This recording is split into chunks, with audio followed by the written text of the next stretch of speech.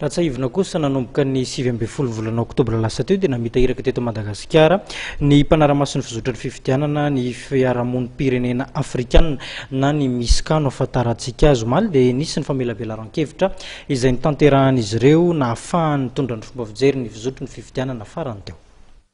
Ny iraky ny fiarahamonim-pirenena Afrikanina na ny Misca dia manantena ny sy ny fitombony fandraisana anjaran'ny mpifidy mandritra ny fifidianana filoham-pirenena fiodinana faharoa sy ny fifidianana solombavavahoaka izay tanterahana ny 20 Desambra ho avy izao.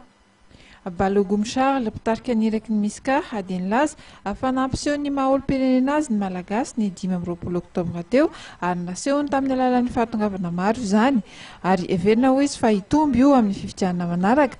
Fandraisana anjara mavitrika amin'ny fifidianana izay midika ho izy fa ataratry ny démocratie eto Madagasikara.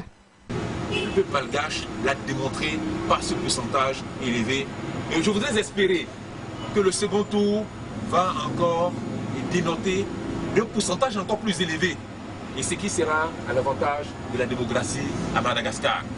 Tsy nanadiny nisaotra ny tompon'andraikitra malagasy totona fotsy ary nahandro namasaka ny fifidianana ihany koa ny Misca ho an'ny senita manokana dia heveriny fa andray ny sosokevitra nentin'ny mpanara-maso iraisam-pirenena ary hanao ezaka fanatsarana ny fanomanana ny fifidianana.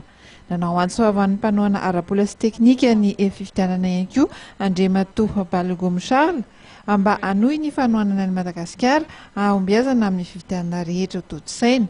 Ny Misca izay nilaza fa hitondra anjara-biriky amin'ny fanatanterahana izany amin'ny fandefasana mpanara-maso ny fifidianana mandritra ny fiodinana faharoa ny 20 Desambra ho avy izao.